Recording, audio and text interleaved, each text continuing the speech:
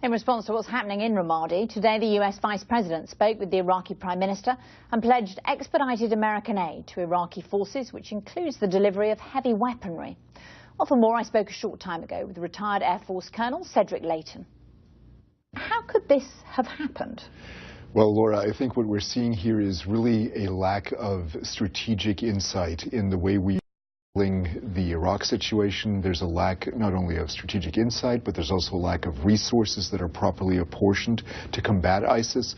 And it's, in essence, a way of really looking at a problem without seeing where that problem is coming from. And that is creating a huge danger for us, because now with the Islamic State being so close to Baghdad, we are in a very dangerous, very precarious situation for not only U.S. interests, but certainly Iraqi interests as well. But is this about the strength of Islamic State, or the weakness of Iraqi troops, or the ineffectiveness of those US-led coalition airstrikes against Islamic State? It's a combination of both. Basically, just like nature abhors a vacuum, the entire region abhors a vacuum, so that the minute that there is any demise in or diminution of power within the Iraqi state, as an example, somebody else is going to take over that power. And the problem that you have is that somebody else is this very violent, very extremist group that we know as ISIS or IS. And the Islamic State is really looking to, in essence, exploit the situation. They know that the central government in Baghdad is weak. They know that they're being challenged by the Kurds in the north, by other Shiite groups, throughout the country, as well as, of course, the more traditional Sunnis in Anbar province. And because of that, they are using that as a means of leveraging it. And the Sunnis have grievances against the government, and they're leveraging those grievances, even if most Sunnis don't support the Islamic State.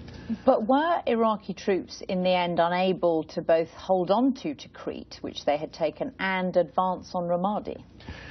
Well, they are unable to do so for a variety of reasons, but the most important is that there's a lack of unit cohesion.